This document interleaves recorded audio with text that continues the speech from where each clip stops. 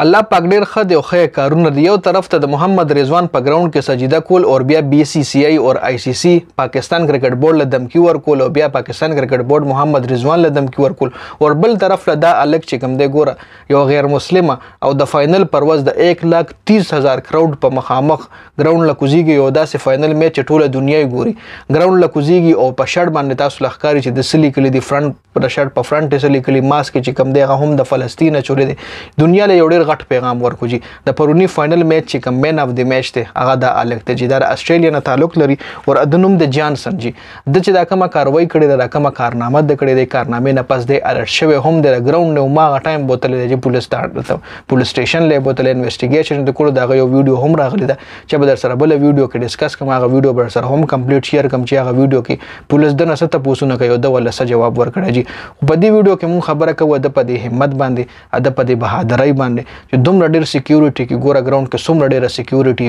او دا یو نان مسلم یو غیر مسلم او د دومره مطلب د دومره نان مسلم په مخ کې مطلب 1,30,000 کروڑ په ګراوند کې موجود چې کې 80% 90% کاره خبر ده چې هغه پکې اندوانو جی دا هغه سکیورټي چې کوم راغی په مخامخ د ګراوند لکه شوی سکیورټي کراس کړي چون کې ګراوند نه ګوره کراوډ سره بیا ښکته پولیس ګیر چاپیره ولاړي کراوډ چې کوم دی ګراوند لنه پرې دي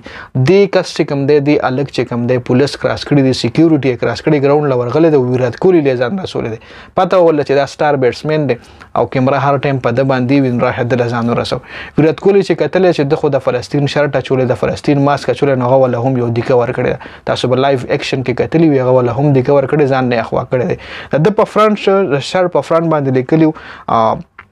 سټاپ بمبینګ فلسطین چې په فلسطین باندې بمباری مکوي او د شړ په بیک ساید باندې لیکلیو فری فلسطین جی دومره غټه کارنامه جی دا یو مسلمان هم نشو کوړي او دا ګوره الله پاک د یو غیر مسلم نه دومره غټ کار وښتو یو طرف لکه تاسو ګوري د رضوان یو سجده او دغه غیر مسلم خلک رضوان ټارګټ کول پاکستان کرکټ بورډ ټارګټ کول او الله پاک ګوره بیا دومره غټ کار وکړو کنه دومره غټ کار د دې یو غیر مسلم نه وښتو جانسن د نوم جانسن د استرالیا تعلق لري ویډیو کې مې د لوم وی هم دا مسلمان نه رجی او بیا هم د فلسطین شرط چولې د ګراوند لته د ګراوند کې ټولو تماشایانو په مخ کې د څومره کیمرې ګراوند کې 40 نه زیاتې کیمرې وي په انټرنیشنل کرکټ کې بیا داسې ورلد کپ کې 40 نه زیاتې کیمرې لګېدلې وي جی هغه کیمرو مخامخ د ګراوند لکو شوی دی او ټولې دنیا له یو اهم پیغام ورکړی دی جی چې په فلسطین کې په مسلمانانو باندې ظلم کیږي جی او غیر مسلمان الله پاک دومره غټ کار وښتو جی او بل طرف له تاسو ګورئ زموږ یو مسلمان ضرور رضوان په ګراوند کې سجده وکا یو ټویټ یو کو هغه ټویټ او هغه سجده